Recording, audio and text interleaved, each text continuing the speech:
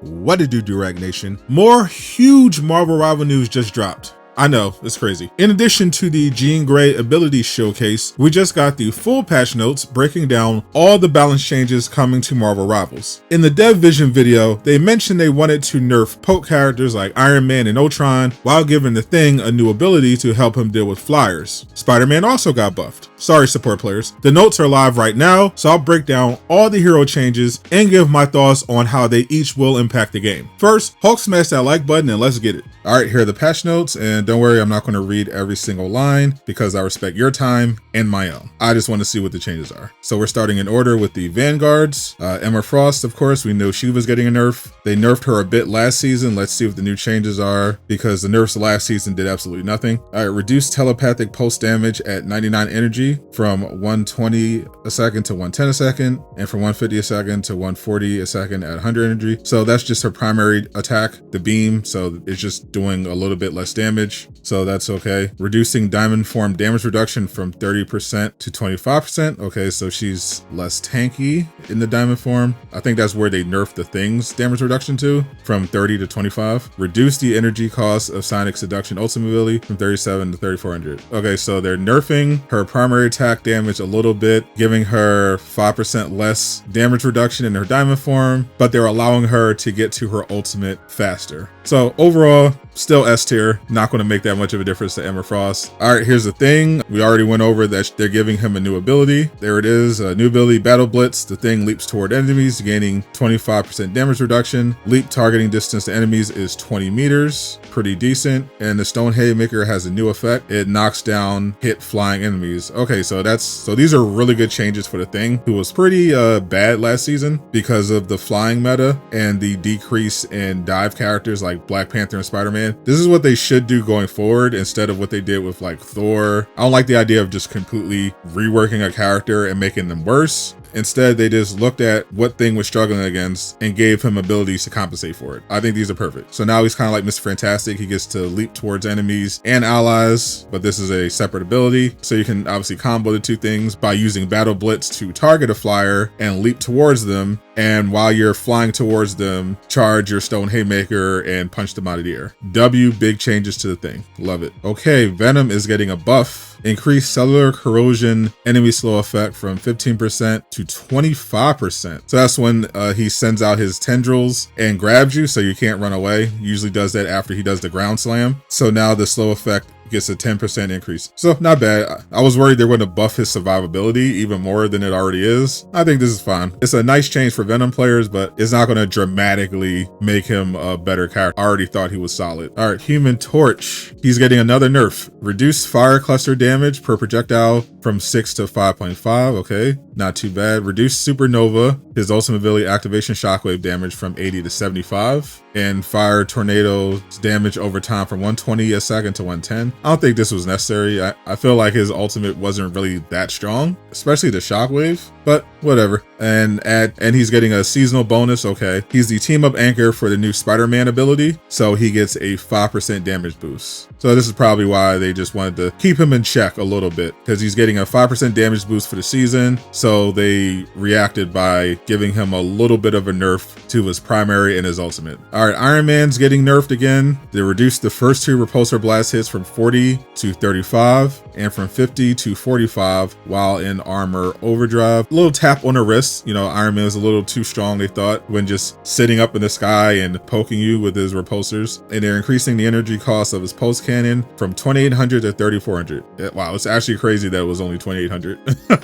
So it's going to take a little longer to get his ultimate. Probably should have done that a couple seasons ago, because that's actually crazy. His ult charge was that low. His ultimate is actually broken. Overall, Iron Man's still very good, just a little slap on the wrist here. All right, Mr. Fantastic is getting, they mentioned he's getting nerfed a little bit. Reduce inflated state bonus health from 400 to 350. That's when he goes his big form. Yeah, it's fine. Little slap on the wrist. Yeah, because Mr. Fantastic, after all the buffs, kind of lives forever. You know, it can be very annoying to deal with. So just giving him a little reduction in that survivability, I think, is a good change. You know, you don't want to gut the character, but yeah, just bring it down a little bit. Namor getting buffed. Love to see it. Increased Trident of Neptune projectile damage from 70 to 75. 135 and projectile speed from 120 meters a second to 150. Oh no.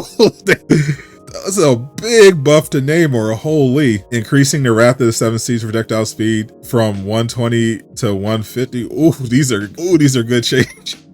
Oh no. I know a lot of people are mad because Namor is very strong. He's arguably not as strong because he doesn't consistently get the team up because less people play Hulk compared to Luna Snow, but still one of the best DPS characters in the game. This is definitely a welcome change for Namor. He's going to be doing a lot more damage now. Holy. All right, Scarlet Witch is getting a little bit of a buff. Reduce the max slow rate during a rally erasure charge period from 35% to 25% and increase damage from 750 to 850. Okay, so our ultimate does 100 more damage. I mean, it already pretty much one-shot you, so it's going to super one-shot you. So yeah, whenever she pops the ability, she slows down, you know, to make it easier for you to hit her out of the air. And now she's just going to be a little bit faster. I don't think this is going to make too much of a difference. Ultimate still situational.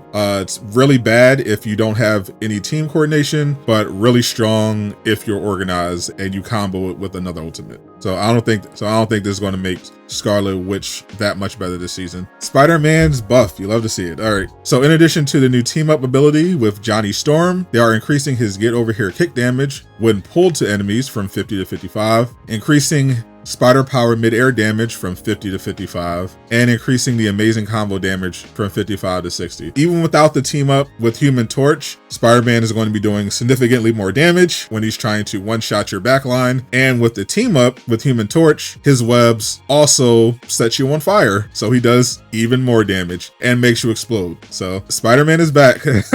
Even stronger than he was when he had the Symbiote team up. Holy. Good thing they buffed the Thing and Namor, because you're going to see a lot more Spider-Man players this season. All right, Punisher got a little bit of a hit. Reduced culling turret projectile damage from 12 to 10 and decreased the spell field damage from 12 to 10. The turret's not great most of the time, but in lower ranks, it can be pretty oppressive. So they're just bringing it down a little bit. That's fine. Increase the energy cost of Final Judgment, his ultimate ability, from 3,400 to 3,700. With all the new damage Punisher was doing after the buffs he got in season 2, he was getting to his ultimate pretty fast. So, and they buffed the ultimate. So now they're just reining it in a little bit, making it a bit harder for him to get to that ultimate. Okay, Winter Soldier. Adjust raw stern damage fall off maximum at 40 meters from 60% to 70%. So that's just his gun, his primary fire. So they're basically just giving him more range. Bucky's typically a mid-range character. You want to be relatively close to get most value. So now you can be further away and still do damage. That's particularly good. You know, all the flyers running around. Bucky wasn't quite as effective against flyers. Now he gets a little boost with the damage fall off. So he should be more effective when dealing with characters like Ultron and Iron Man. Wolverine. Wolverine's going to be crazy this season. Increase Feral Leap strike duration from 4 seconds to 5 seconds and increases cooldown from 12 seconds to 15 seconds. So this is good. They're making the cooldown 3 seconds longer,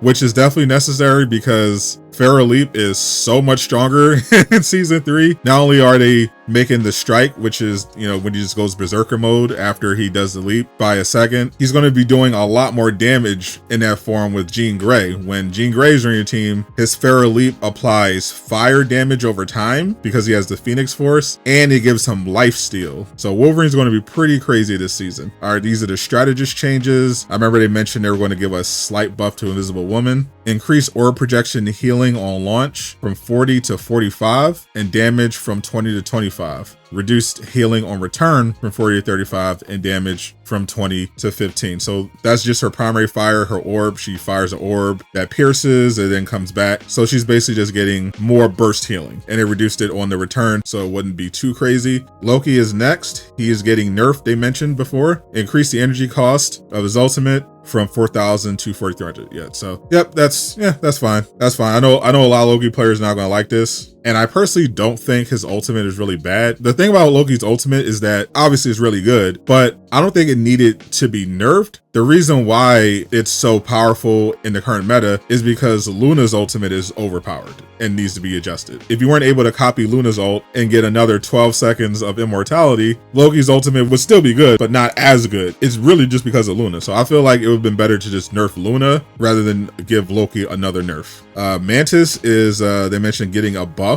Healing Flower, new effect. heals allies by 2.5.5%, reduced base healing from 20 a second to 12.5 a second. So the percentage based healing, I think is going to be a lot. I think that's why they reduced the base health. We'll have to see how it is in practice. I think that should be a really good change for Mantis, who I feel like definitely has needed buffs for several seasons now. And they're increasing the energy cost of her ultimate from 3,700 to 4,300. That is a big nerf, but they're increasing the bonus max health from 100 to 150. I don't like that. I think that's unnecessary. Her healing ultimate was already worse than Luna's Cloak and Dagger, Invisible Woman. I don't think this was necessary at all, especially if you're only just giving her an extra 50 bonus health, but we'll see how it plays out. Yeah, I don't agree with this change, but I like the other changes. They mentioned Ultron is getting nerfed as well. Let's see what they did to Ultron. I feel like Ultron was pretty balanced. Reduced dynamic flight acceleration effect from 8 seconds to 6, so he's in his accelerated flying state 2 seconds less. Reduced imperative firewall bonus health to self from 75 to 65, and to allies from 55 to 50.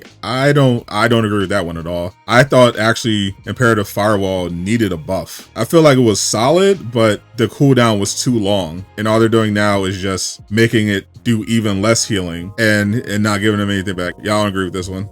And they do nothing to Luna.